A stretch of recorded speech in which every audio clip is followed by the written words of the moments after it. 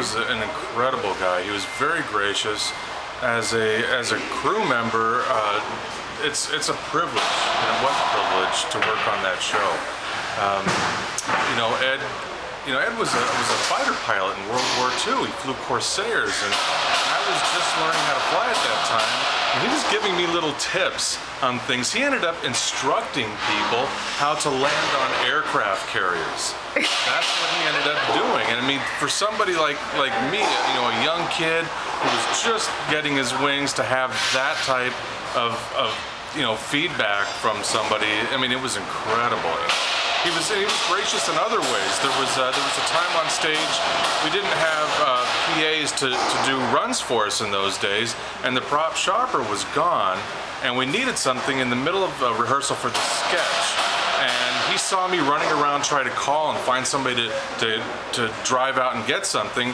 And Ed walked up to me, he goes, "Hey," he goes, "just go take my limousine." And I went, "Huh?" He goes, "Oh yeah, my driver's out there, Patrick. Just go tell him you need to make a run in it."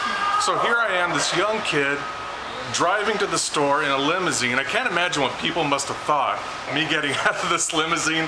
And Patrick was Steven, the driver. He was so gracious, he even opened the doors for me and everything. And here I am, going and getting something from the store and running back, and then driving back up to the stage at the artist entrance. Everybody's sitting there watching me getting out of Ed's limousine. And they're like, "Who's that?" Scratching their head. Yeah. What did he do? Did he get promoted? No, Ed just let me use his limousine. That's awesome. Yeah. When was the last time you saw him?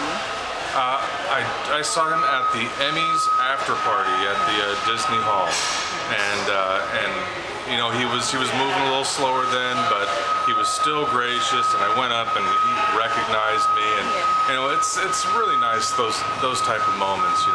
Even towards the end of the Tonight Show, he came to me personally, and he had his coffee mug, and it said Ed on it, and he wrote, "Thanks very much for all the memories," and signed a personal coffee mug to me. Aww. So, yeah, those are the moments I always cherish.